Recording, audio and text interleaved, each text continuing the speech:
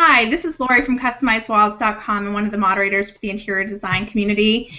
And we have a great show for you today. We're going to be talking all about analytics. So it's going to be analytics for your website, analytics for your social media. This is a very important part of analyzing what you're doing, finding out what you're doing that works, what you're doing that you probably shouldn't be doing, and how to make your website work better, how to get more customers. It's really great information. We have a very special guest who I'll introduce to you later, but we're going to talk to our moderators and introduce themselves. Why don't we start with Sarah? Hi, Sarah. Hi, my name is Sarah, and I'm the e-design moderator for the IDC community, and my website is mydomastudio.com, and I'm looking forward to talking all about analytics. Yay! And then we have Leslie. Introduce yourself, Leslie. Hi, everybody. This is Leslie Carruthers. I'm the owner of the Kaleidoscope Partnership, a social media agency for the furniture industry, and the social media moderator for the interior design community. And I'm thrilled to have our guest with us today. I'm looking forward to learning from you, Michael, as much as everybody else is. And of course, Jeffrey. Hi, this is Jeffrey Johnson, JeffreyDesignLLC.com in Dallas, Texas. I'm an interior designer, and I'm also an inspiration moderator for interior design community. Can't wait to learn so much from Michael today, so I'm ready to start. Yeah, Michael, if you don't know, he's on Google Plus as Plus My Reach also, and it is an analytics tool for your Google Plus Hangouts and events and even posts, which is really interesting. So if you're making posts on Google Plus, definitely check out plusmyreach.com. But Michael, tell us a little bit about your background. Okay, for those that know me, my name is Michael Mason. I'm the founder of Plus My Reach, and as Lottie just said there, Plus My Reach measures analytics on Google Plus Hangouts and posts as well. And we will give you, some deep analytics on your posts and events, particularly who attended, the follow account, etc. Which kind of leads me into, why I'm that kind of person, why I design those kind of things. I've been a web designer for about 20 years, just over 20 years. And I often refer to myself as a web application developer. And the reason behind that is because a web designer can design a great website, lovely look, lovely feel, good user experience, etc. Somebody like me will write an application that works at the back of that website to drive it. So we'll write the code. Somebody might say to me, is it possible to do this? And I'll do it. And it could be a customized, contact form, something basic like that, or it could be something more complicated. I've designed entire vehicle auction systems, hand coded. So it gives you an idea of where I'm from and what I've done. And you actually have done quite a bit with Facebook applications too, for people who had Facebook accounts, business pages, and applications that they wanted to exist on their Facebook. Yeah, so you've done a lot with that, and working with different social media accounts. I think that's really, really interesting. So you put in the stream, and I think that many of the interior designers that we have in our community, they are online. They do have websites, but how many of them look at the analytics? I'm not really 100% sure. So you can have Google Analytics for free. You can put that onto your website and know who is coming to your website, a little bit more about them. But Michael, you asked some specific questions in the stream that I thought were really interesting, and I'm not sure that you as a web designer know these terms, but I'm not sure the designers do. So explain to me, what is a clicks to bricks ratio? Okay. Sometimes I will throw a technical term into a conversation to solicit, people's interest, not because I want to bamboozle them or I can't think of the term, but try and make them think, oh, I'm so important. The clicks to bricks ratio is actually really simple. How many clicks does it take to convert a prospect into a customer, cash in your hand? And the term comes from many, many years ago when the realty and property vending industry wanted to find out how, I have to be careful with my terminology, because if I say realty, the English will go, oh, the estate agents, people who sell houses. Yeah. Now, these people wanted to know, of all the people that visited their websites, how many bought a house? Well, you have to measure that, and you have to find some way to measure it. And that's where the clicks to bricks ratio comes in. And it's quite a complex calculation, but the bottom line is this. If you have a clicks to bricks ratio that runs at, an industry typical would be 0.75 to 1.25. 1.25 is pretty good. 0.75 is even better. So the lower the ratio, the lower the number of people have to look at the website. And a good analogy I always use is a shop front. If your shop front looks beautiful and you change it often, like you would with a website with new products, new services, people are going to walk past, stop, look, then walk into the store and make a purchase. That's the exact same with a website. People will look at it, and then if there's a nice design and a flow for the user to go from a prospect to a paying customer, then you'll see those conversions come through. But you have to measure them. It's like you mentioned there, Laurie, Google Analytics. It's free, and it gives you. I always use the visitor flow because it shows me how people came into the website, which page they went to then, and the very important thing, and I've mentioned it there, the bounce rate. How many people left the home page and never came back? And if that bounce rate is running over 10%, 20%, that's something you need to look at, and it's really easy. You know, one of the things I always recommend is put your grandmother in front of the website, you know, or somebody who isn't familiar with your business, and give them an action. Say, find a property in Manchester.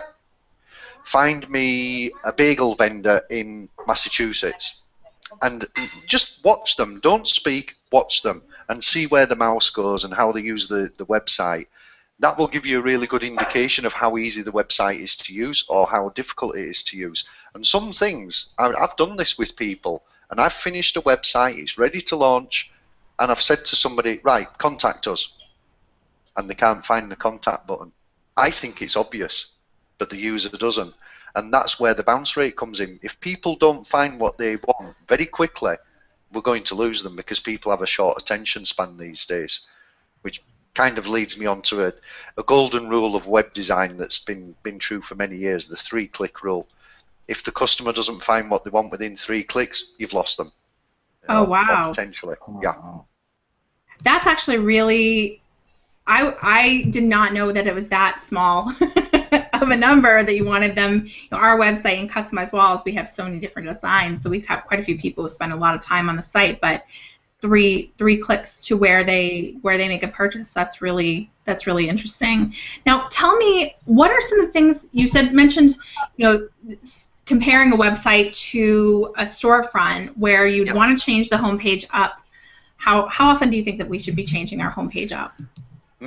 I like, well, if it's my design and I have the option, I like to have dynamic content on the homepage. And by dynamic, obviously the opposite to that is static. It's the same every time somebody views. What dynamic content will do is go into the database or into a folder in the web server and pull out fresh content. Every single time the web page is looked at, or maybe once a week, you know, latest blog entries. And that dynamic content serves 2 purposes. Number one, it gives the user something fresh to look at. So if I go to your website and I see something new, latest product, latest design, latest home showing, etc., whatever it might be that you're selling, it keeps me interested, it keeps me engaged, and it also interrupts me.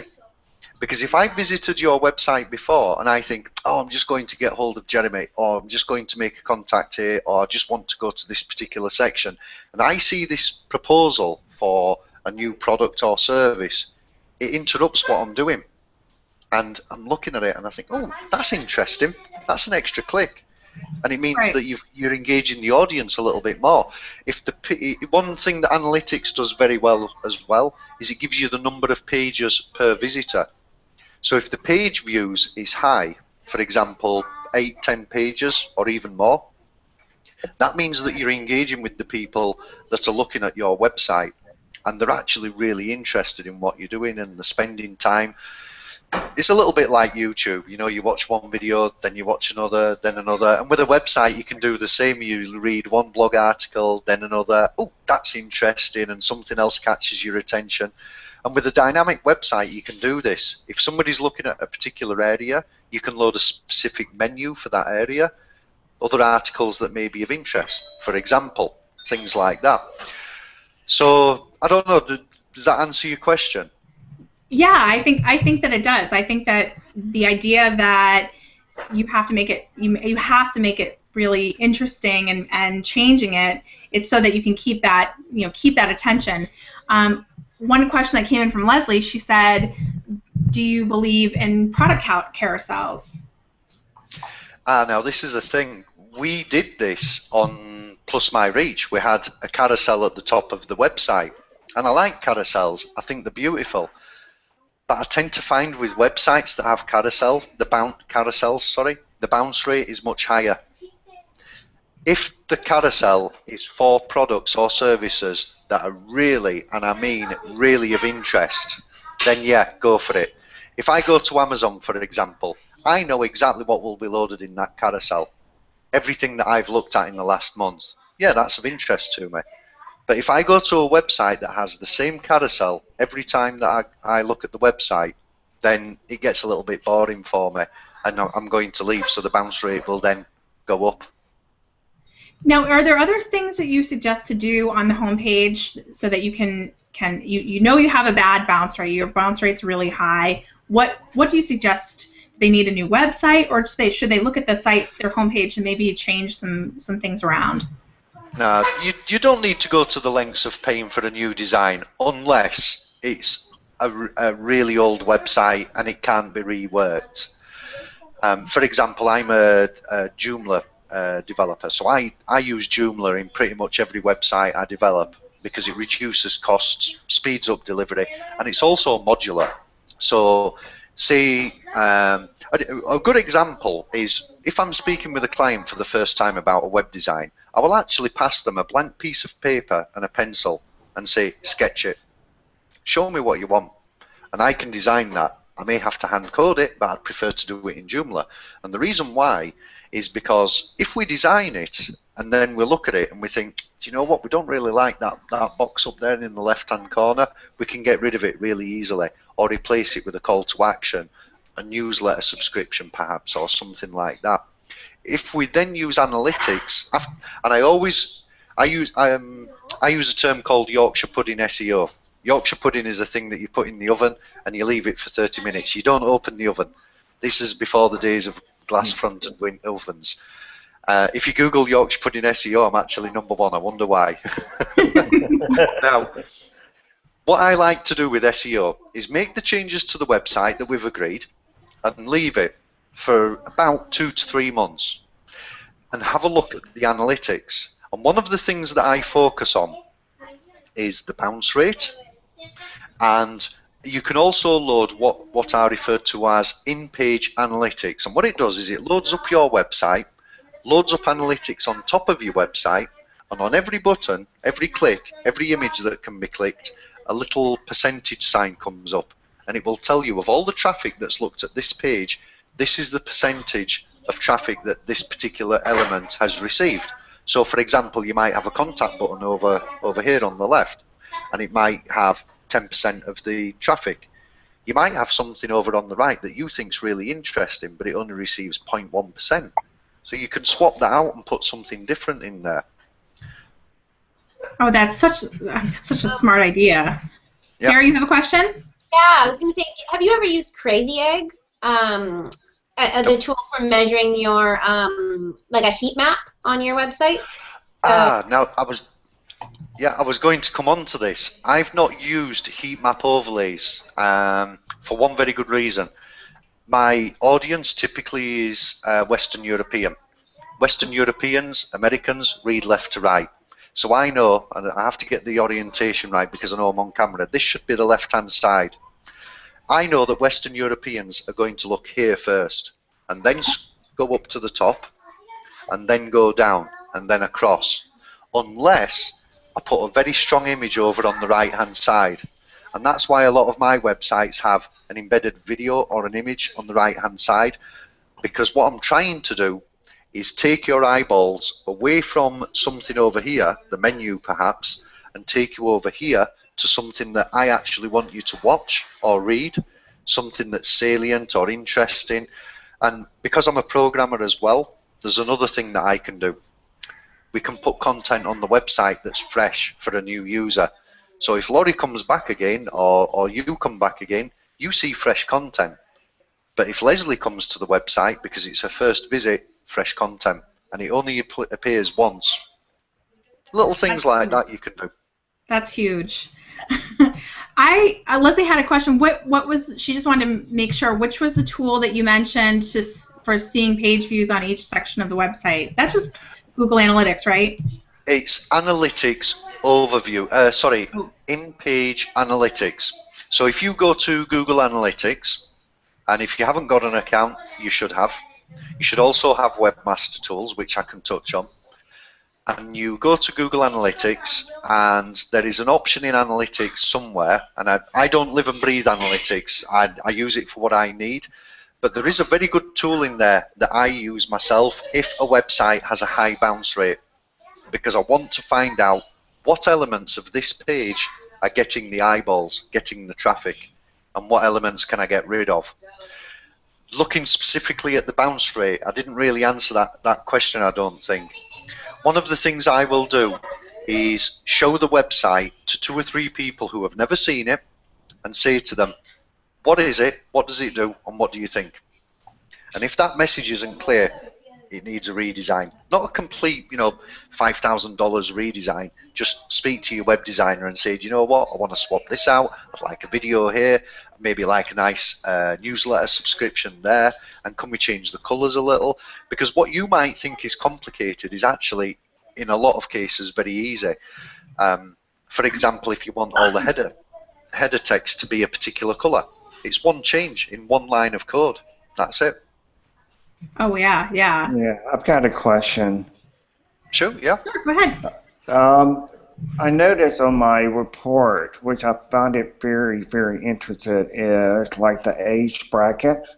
Because most of my clients are, 40 plus. They're entrepreneurs, they're executives. But what I'm finding is that people who are actually looking at my website are in their young 20s.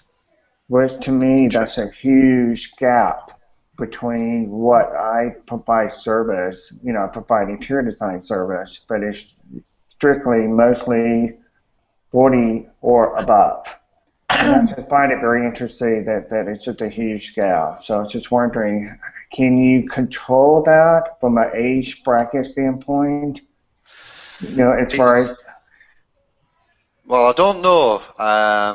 It's an interesting question, actually, and I'd look at it a different way, because controlling something like the age group that your website appeals to is going to be quite difficult, because I'm assuming that the majority of your traffic will be organic. In other words, it comes through Google searches. Okay. Okay. If that's the case, then what you could do is look at the wording and the language being used in the description meta tag. Now, Google executes around 70–75% of worldwide searches, and the majority of web designers will say that Google just ignores the description metadata.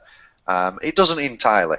The metadata comes up underneath the link in the Google results, and that metadata, the description, the call to action for the older users rather than the younger users. I suppose a good example would be the language that you use. Have a look at it, see if it's more appealing to a younger audience, and if you want to change the audience that you're appealing to, try changing the language perhaps. Another thing that you can do as well, Jeffrey, is you can do a thing called split test, where you design 2 pages and then you submit both pages. I think it's to Webmaster Tools. I could be wrong here. I'd have to check. And then check in Analytics. And what you do is you have 2 pages. One of them is presented 50% of the time. The other one is presented 50% of the time. Then you look at analytics and you have a look at page A and page B and see which one maintains the most traffic, which one converts people to signing up to a newsletter, for example. And from that, you can make your own decision on which language is better and which page to keep. There's a service called Unbounds, Jeffrey, that it's pretty affordable, and it's a good way to do your A/B split testing pretty easily. Like if you don't have somebody to do the web part for you. Can't remember how much it costs. I love Unbounds. They're great. And they're actually on Google Plus for everyone out there. So if you have questions, they actually do host Hangouts, and they're on Hangouts. So just make sure you message out and you circle of those Unbounds in, because that definitely is a really great resource.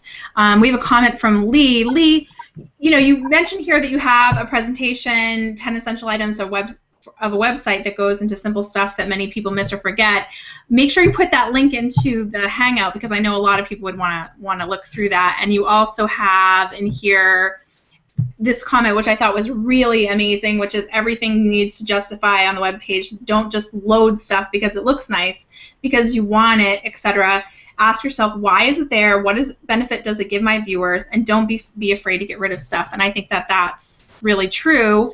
And I think it's difficult for designers because they sometimes they have the website made, they don't know how to change things out, and they don't know what to change, and they're maybe not paying attention enough to the numbers, and they don't know exactly how to make those quick changes. Michael, tell me what you would suggest for a designer. Should they have, you talked a lot about doing template websites versus a hand-coded website. I'm assuming for a small business like a design business, you'd suggest a more template style so they can change things on their own. Yeah, definitely. One of the things I like to do is when I'm speaking with a client for the first time, get a feel for what it is they do. I have to understand what they do. If your website designer doesn't understand what you do, find another designer. No disrespect to the guys out there that are in the industry, but if you're not turned on by a project, as a designer I'm speaking, then you really shouldn't be involved in it. Because if you have no enthusiasm for the project, it's going to be reflected in the design. Now, if a client came to me, and even if they said to me, oh, I've got oodles of money and I'd like to do this and that and the other, and all they really needed was a 5-page basic template website, I wouldn't quote them thousands of dollars for a super uber design. Some people only need a landing page. Some people only need a very basic website. Others need a full shopping cart, and others need a fully hand-coded system.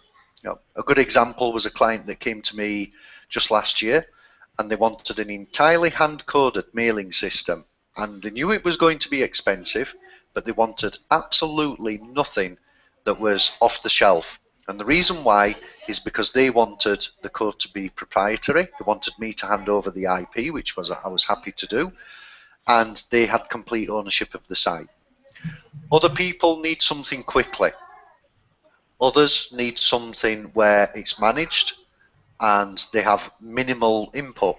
So they may, for example, I have clients who put me on a maintenance contract. Every month they'll send content, new images, and even though I can actually show them how to do this, they just don't want to. It's not their core business. I'm the web designer. So they give the content to me and I upload it and I maintain the website for them. So it pretty much depends. I mean, it is really time consuming. I won't lie to anybody out there that is thinking of redesigning or hasn't a design and thinking of getting a design. But I think all the guys who are in your community that manage their own websites will know it's actually a really cumbersome job at times, because you have to keep the content fresh, you have to write a new blog article a couple of times a week, you have to promote the website, you have to change things out, as we were talking there. Don't be frightened to get rid of things that aren't working. If I put a particular element on Plus My Reach, for example, or any other website that I'm responsible for, and I see that element is getting zero interaction or zero engagement, I'll get rid of it. because that space can be used for something else. And it's just like a shop front. It's really no different. If you've got a space in your window and it isn't being used because people aren't buying that particular property, product, service, whatever it is, well, you take it out and you put something new in, don't you? Yeah. Yeah. I think it's just become so difficult if it's hand coded. I know our site is hand coded. And when I do need a change, it's not something I can do myself, because it's not an easy, it's not like a WordPress template where I can just kind of change things out on my own, and it doesn't have that same interface. So for me, I think designers should probably work with something that has more of a, has a template. And of course, you still want to work with a designer because you want to make sure that every little part of it works the way you want it to work. But overall, it's about being able to have the ability to change those things out if you need to keep it fresh. You can't pay someone every time you want to change your homepage. Yeah, that's right. Somebody's mentioned, I just picked up a comment from, I think it was Susan Finch. Yes. She mentioned something very important. Let me put that up on the screen for everyone. Thanks very much. The thing I picked out of that comment was, where do they leave? And I completely forgot to mention it. The exit page on your website, the top exit page, is really important, because that page tells me this is the page people are looking at before they leave my website. Why are they not staying? Yeah, I agree. And you never know what someone is turned off by. It's very difficult to know that if you're not looking at the analytics. Mm-hmm. I want to get into something else too. While we're talking about analytics and move it into social analytics. You do Plus My Reach for Google Plus, but there are a lot of analytics tools for Twitter, for Pinterest now. There's a lot of analytics tools out there. What are the typical things that you see that people should be paying attention to when they're spending a lot of time with social media? What should they be looking at? Well, I'm a very busy person, so I like to do things quick and easily, and I like a tool that does the job. One plugin that I use, and I think it's available in Firefox and WaterFox, which is the 64-bit version of Firefox, and it's called SEO Quake. And it will actually give you a very quick overview of the website and analysis. Now, I'm not going to say that this tool is the be-all and end-all, but it's a great starting point because it will do a number of things. It will tell you, have you got a H1 tag? Yes. Have you got more than one? If you have got more than one, then you need to look at that, because you should only have one on a website, really. It will analyze the description, all the metadata, and even though we've said Google probably ignores this stuff, Google executes 70%, 75% of all worldwide searches, thereabouts. They don't release the figures that readily. But if they execute that many searches, that means that Bing, Yahoo, and all the other search engines are also, serving up your content. But another thing that SEO Quake does is it will analyze your website in very brief detail and give you a shopping list of things that you need to look at for your website. And I would recommend anybody out there who's paying a web designer to run SEO Quake on their website and see if you're getting what you're paying for. Make sure. One thing that really irritates me about the web design industry is there are no standards. There is no regulatory body. There is nobody you can go to if I give you a bad design, although I'm all over social media, so one bad comment about my work would get around very quickly. And I find often people come to me to have a website reworked, and I'll have a look at the website that they've already paid for, and I have to be guarded with what I say, because I appreciate that the customer may have spent thousands of dollars on this website, and there may be something really fundamentally wrong with it, which is why it's not ranking in Google. But ranking in Google isn't all about a website, as I hope we all know, because we've got YouTube, we've got communities, we have other social media platforms, and it's a whole massive, shopping list of things that no one individual can possibly deal with. I like to, I suppose that to be brutally honest, it depends how deep your pockets are. And I always say to clients, when I put a cost against a project, that isn't just a monetary cost. Because if that client can take away the blog articles from me and do them themselves, I will quite happily show them, because it means less time for me. I can move on with other things. The client gains more ownership of their own content, their own website, and it reduces the cost to the client as well, which is great, and increases the value, because who knows their business better than they do? You know. Sure. Yeah, absolutely. Leslie also asked, what are some tips you can give us on optimizing for mobile? And do you develop native iPhone apps? No, I develop PHP apps which will run on a mobile. A PHP application is based on the web server.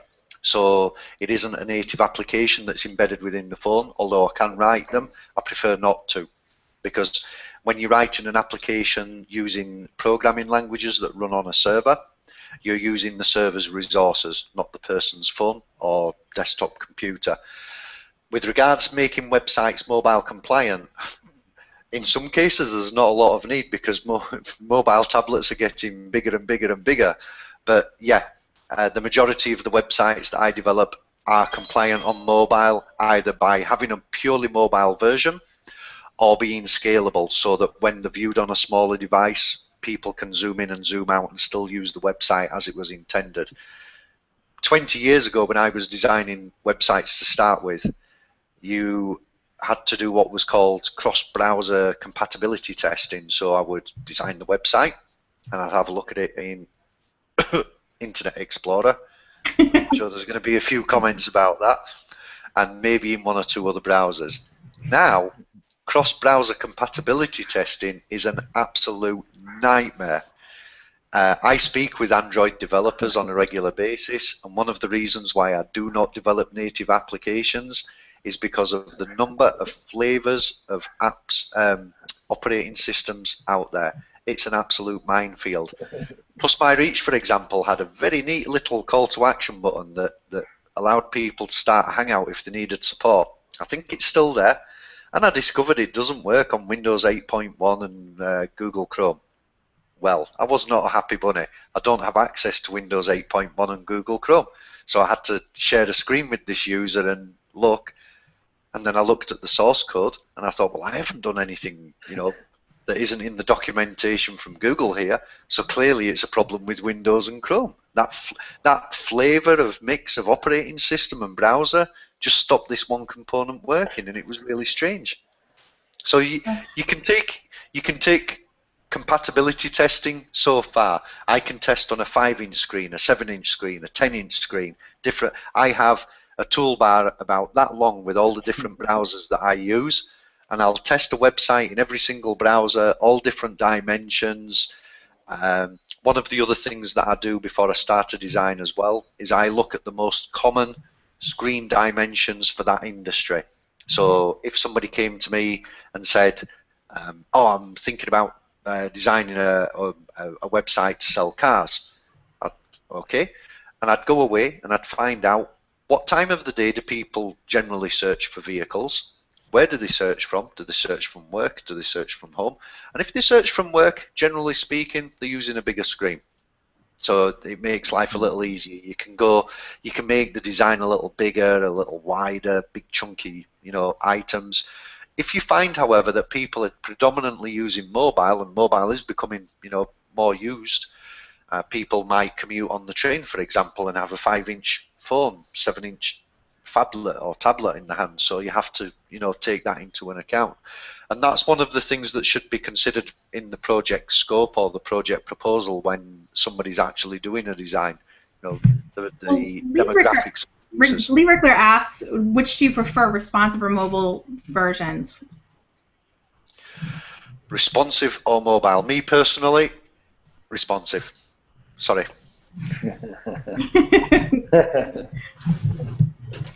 Hey, Mike, I've got a question for you. Sure, what do you see 2 years from now from a reporting standpoint? Do you see any changes, or what do you think is going to change in a couple of years from now that we need to be aware of or be prepared for, so that we can plan our budget? Because designer, it's technology is always changing so much, and we're trying to keep up, and we're trying to manage our budget, yet we're trying to get new business what do you think will happen for 2 years from now? Anything new that? No, it's interesting, and we actually have David Amerland in the comment stream I know, as well. David Amerland, woo! So the first thing that came to mind was semantic search. I'd like to call it precognitive search. You know, just go to Google now and it knows exactly what I'm thinking, exactly what I want. Take me there, buy it for me. You know, I can't really look into the future. I'd love to, but what I can do is look to the past and how things have changed. And to be realistic, I don't think they've changed a whole lot. The 3-click rule still stands for the most part. Keeping users' attention still stands. You have to put something of value, of interest to that user right there, top of fold. And when I say top of fold, by the way, it's a term that comes from the newspapers. So they take a newspaper, fold it, all the good news, the stuff they want you to read is top of fold. For a website, that's probably the first 800 pixels, depending how many toolbars people have. Because I've seen people with browsers with 5-10 toolbars loaded, and the website gets this much space. In reality, things haven't changed that much in the last 15-20 years. Things that I have seen change are the number of browsers out there, the types of browsing. For example, people's attention span is so much shorter now than it was back in the day. I remember waiting for a minute, maybe 5 minutes for a page to download on a 56k modem. Hands up if you remember a 56k modem. Oh. Now you need sub 1 second page load. Things I like to keep away from are Java and anything that's client side that runs on the browser, because I'm dependent on your mobile phone or desktop computer having that component installed. So I like to keep it clean, make it quick, serve it up, tell them what you're selling or what you're offering. Plus My Reach has a lot of free services, and I like to promote those because it's one way of getting people to use the site and engage with the website. But the biggest change I would say that has happened is the mobile market, in as much that more people are using mobile to browse websites. So you really have to be conscious of how your website looks on a mobile. I've got a small 5-inch HTC, and I'll use it to look at mobile websites, and I have to rotate the screen 90 degrees, but I can still use the website. I actually get irritated by the mobile versions. I don't want my navigation controlling. I want to control my navigation. I don't want a big menu bar that tells me where I need to go next. I want to tell you where I'm going next. But that's just me. Another thing that's certainly changing, and as we've got David Amerland in the comment stream, the semantic search. I'm seeing it happen. We've talked about, there are conversations around authorship, co-citation and other things. And search, even though sometimes Google does throw up some curveballs when I run a search, and one of the words in my search query will not even exist in the website or the source code, it's getting so much better. I remember going 3, 4, 5 pages deep into Google to find what I wanted. Now, generally the first 3 links have what I want. Sometimes I might go a little deeper. A really good point. David Amerland says, web design has truly become a complex business. Now, as far as compatibility is concerned, it is helping sort out the pros from the amateurs. But I think that's right on, and that's where our designers have a problem, because they are amateurs. We don't understand code. We work in the design industry. We want to be around pretty things. We want it to just be done. We don't really, care about what code. I look at code and I'm honestly like, my eyes water. I don't want to know. I don't even want to know it. I get a headache. I get sweaty palms. I hate it.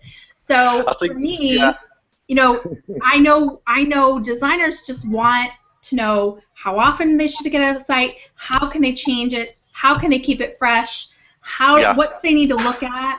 so that they don't have an outdated website. And I think a lot of the programmers don't teach us enough. I think if you ask designers every day, they're overwhelmed with all of this technology, and they don't know how to, they just want it to be easy enough for them to manage it on their own. Because they don't mind investing in a good site, but they don't want to have to invest in that site every month. You know, I mean, they want to make it so they can actually change some of the elements, and they want it user friendly enough so that they can, you know, they can write their blog and they can change out the homepage, or the homepage changes out automatically, or, you know, they want some of those features. What would you suggest that they do? I mean, honestly, it's almost like you need a translator, programmer to human translator, to tell me that what I'm really getting, you know? Yeah. I mean, coming back to David's point there about web design becoming truly complex, it is. It is. You know, I cringe because I have to make sure things work on so many different platforms. And this is one reason why I have stayed with server-side coding, PHP, because everything runs on the server, everything. I'll use a very little bit of JavaScript if I have to, and I'll use little bits of jQuery and other languages if I absolutely have to, if it adds to the user experience. You go to Plus My Reach and run a report, a little window pops up saying, don't click anything, we're running the report for you. And that's JavaScript. And the only reason I put that there is because so many people were clicking the submit report button again and again and again. So I had to do it because I didn't want users to become, you know, distracted. But on this point of, you know, the web design and, well, basically doing it yourself, yeah, take ownership. And you know what? If you could learn 5 words in Japanese in a half an hour, you can manage your own website. I kid you not. With most of my customers, I have 2 options basically: design and deliver. 50% upfront, 50% when I'm finished. Clean hands, goodbye. And the site's packaged, it's delivered, it's optimized, everything. If you want to come back, you're more than welcome. Another option which the majority would go for is a maintenance contract, where little by little I show them how to change an image. Okay, next week I'll show you how to write a blog entry. Now I'm going to show you how to do that thing I do with the images where I wrap the text around. Would you like to do that? Yeah. And they come to me and they'll say, can I do this? Yeah. Can I do that? Yeah. And I've written tutorials up so that they can manage their own email accounts, web hosting space, and various other things.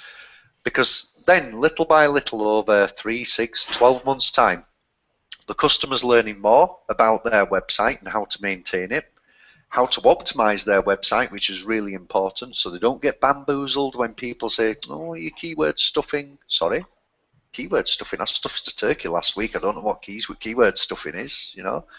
And little by little, giving the client ownership of their intellectual property, in effect, their website. And I would like to think that empowers the user so that they then, and I always say to them, absolute worst case scenario, if you break it, don't worry, I take backups. Just give me a ring and I'll sort it out. And I have had to reinstate websites, and it takes about 15 to 30 minutes, maybe an hour if it's a big website. And I would always sorry? So how long do you think a website should exist? I mean, if someone redesigned their site and they got a design, and it's a great design, but you know they obviously need to learn how to utilize it and how to change things out. When is it time to start from scratch and redo it? When it every looks 2 stale. years, every 5 years? No, when it looks stale. I designed a website 15 years ago for a company in England selling cars, and it was the biggest, the third biggest hit used car site in the UK. And we were doing videos of cars for sale and things like this. We were doing lots of things that people weren't doing back then. That website stayed in existence for 10 years, and it became dated because other car sales websites were coming out that did other things.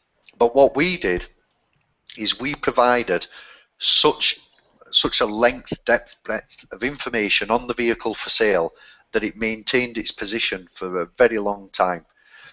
And because we did that, we didn't need to redesign. And one thing that the chap's name was Robert, he contacted me and he said, look, I've had to pay a graphic designer to do what we refer to as a PSD template, a Photoshop template of the website. Can you take this and redesign the site for me? And I said, yeah. But for 10 years, that website stayed there and it was perfectly fine. I've designed websites for clients locally that change every year. A local scuba diving centre has been a client of mine for 7 years. And the last iteration that we did was the 4th in total, and we're happy, hopefully, until next year. Yeah. David Emerlin, I'm going to put his comment up because this is actually awesome information now. So few people get past the first 3 links. Matt mentioned that AuthorRank and at the SMX conference, which just happened, and as a rising influence of voice search, which is really starting to grow, right? So that's something that people need to consider too, is all of these, all of these voice command searches that they're not prepared for. A really good example of that is if I open up Google now and I simply say Chinese restaurants, the phone knows exactly where I am. So it will bring up Chinese restaurants in my area, but it doesn't rank those restaurants by location. It ranks them by ratings, reviews.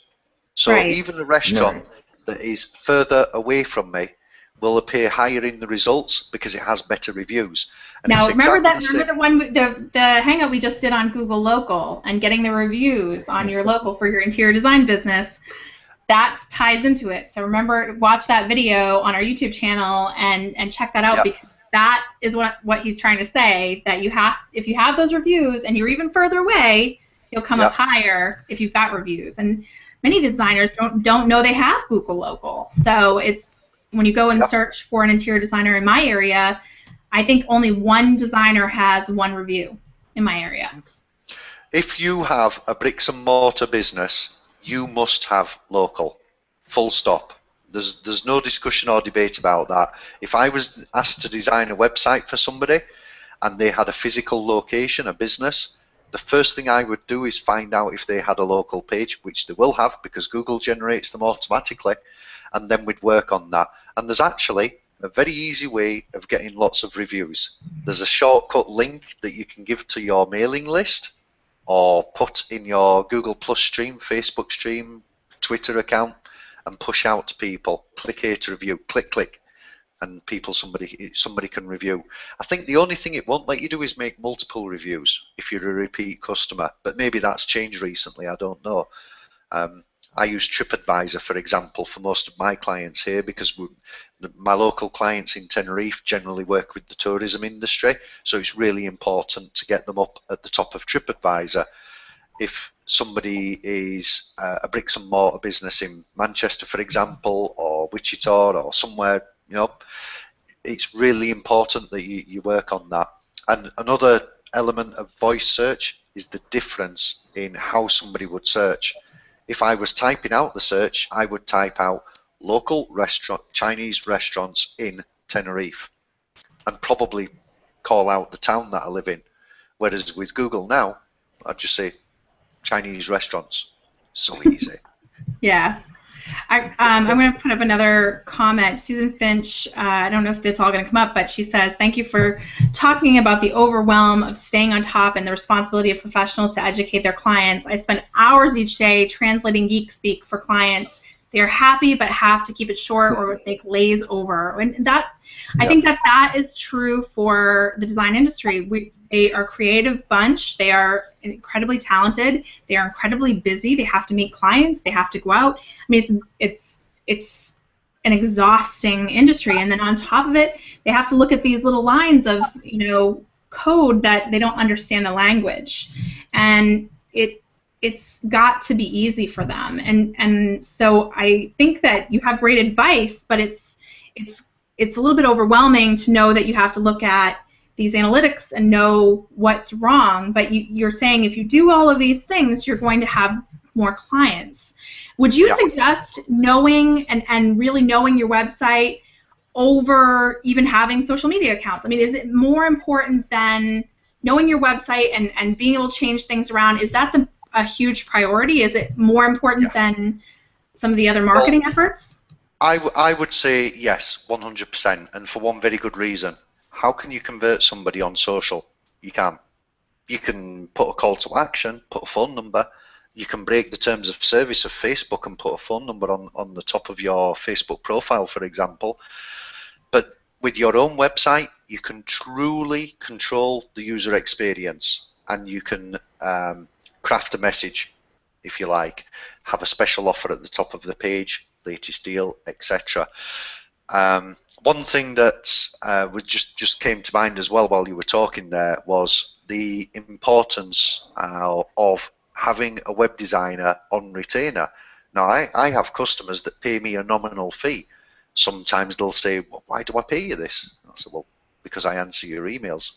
You know, because they may say to me, oh, I'd like to do this with my website. And I'll just send them a quick email back going, oh my God, please, no, don't, not the elephant again.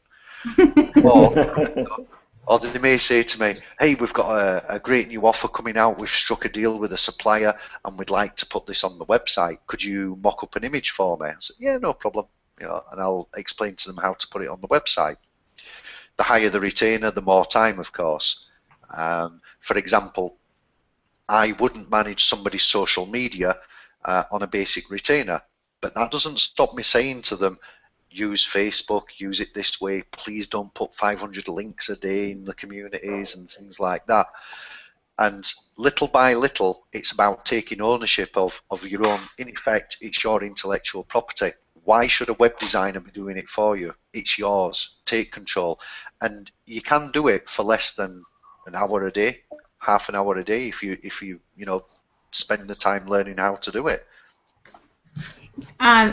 We have another comment too that I thought was interesting. Lee says that he always has a meeting, suggests having a meeting every 6 months to check out everything is working, up to date, secure, and of course if everything looks and works well. And I think that's something that designers need to consider. They need to consider that they need to have regular meetings with their dentist and web developer. Yeah, I don't see why not. Think of it this way. I have customers who pay me a nominal retainer, and they'll get various things like backups. In fact, I think I have a blog article on it, why pay a web developer or web designer a retainer. There's a long list of things, and I did that for my own use, to justify to any prospective customer why I want to take money off them every month. And what I'm going to give you in return is this, you know. But with regards to that regular conference, it's two ways. Because sometimes frequently, I actually give action points to my clients. Can you please write me a blog article a week? Now, I'm not saying if they don't meet those action points, I won't do X, Y, Z, but it gives me a very clear indication of how invested they are in their online activity. Could you please put a Facebook post up or a Google Plus post up? A good example is one client, three clients now, all want image galleries. And I said to them, well, it's so easy, it's unreal.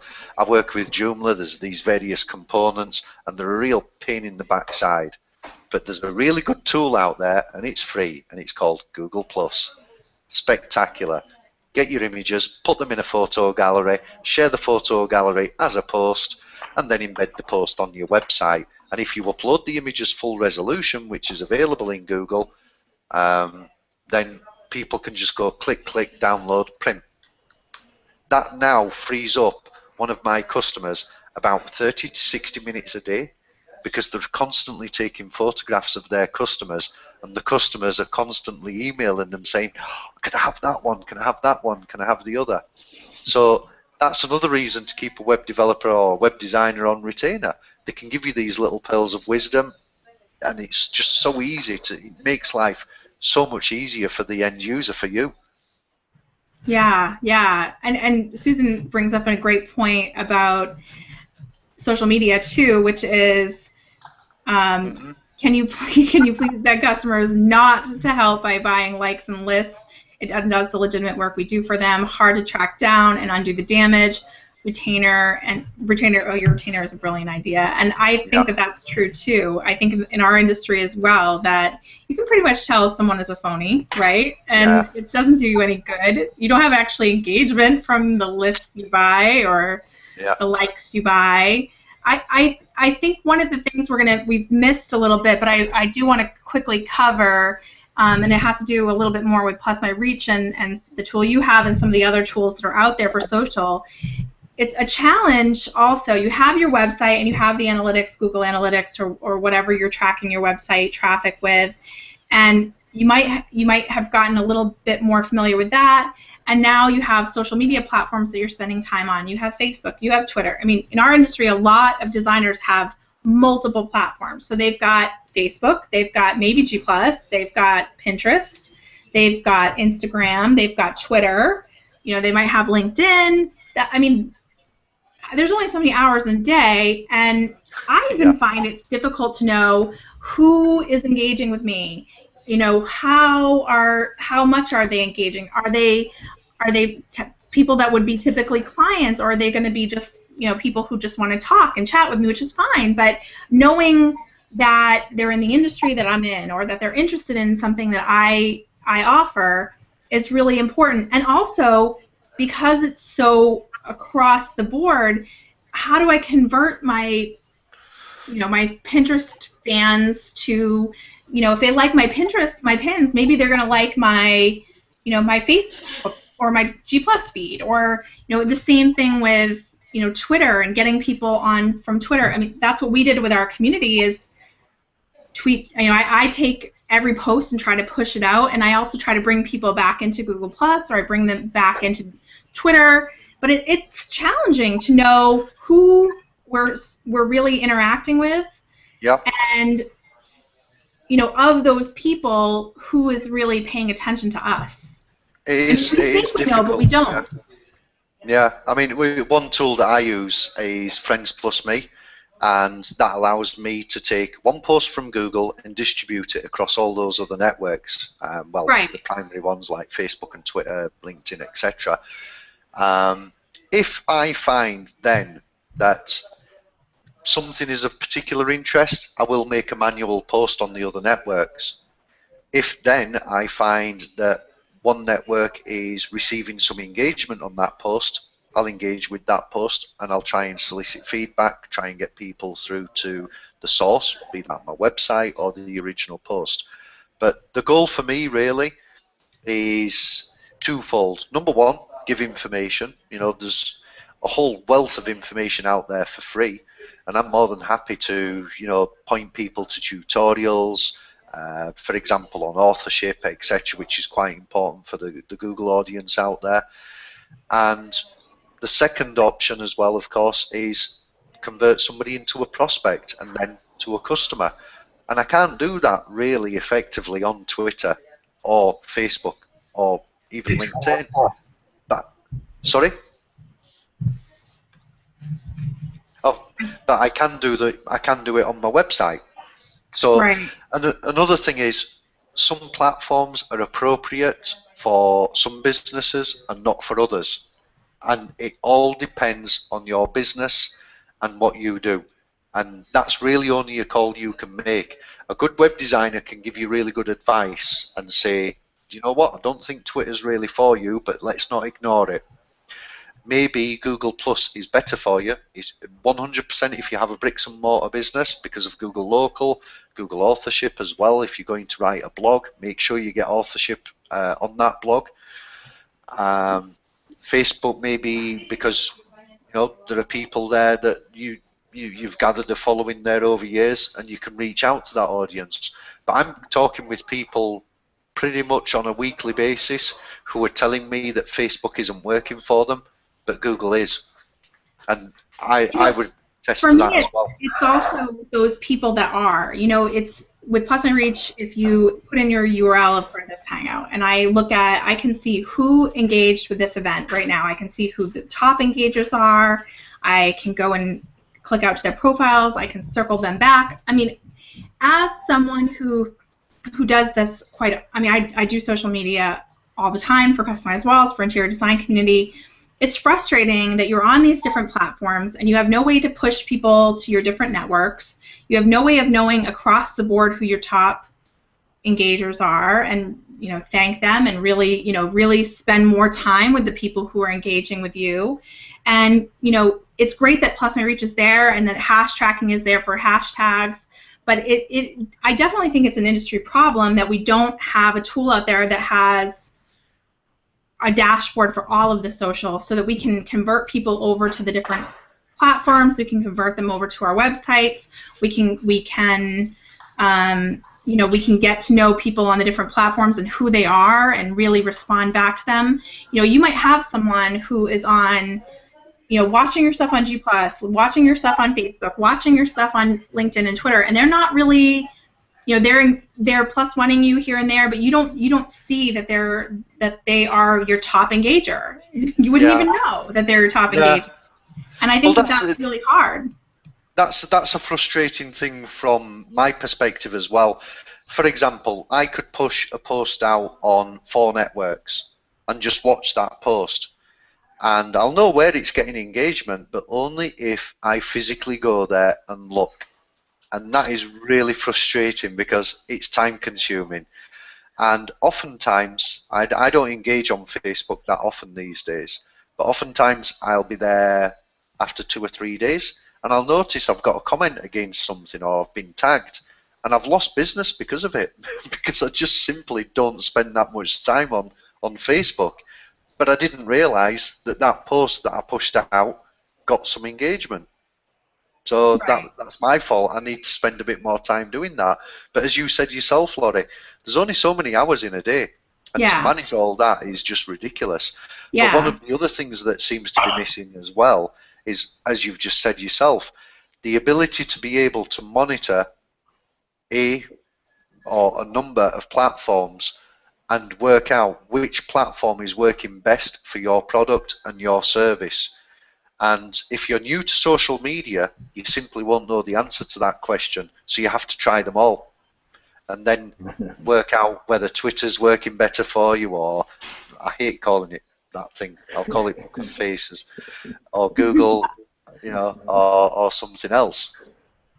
Yeah, and it's frustrating too that you don't know, who is engaged. I mean, with Plus My Reach, you do. You do a report, you know who's engaging with your post. You're eventually going to have historical data, so you'll know who is engaging with my post most often over the last year. That kind of stuff is really important, because you want to be engaging back with the people who are engaging, who are, basically they're your, enthusiasts. They're enthused about your brand. You want to make sure that you're capturing that and thanking them and being reciprocal with them, but you don't always necessarily know.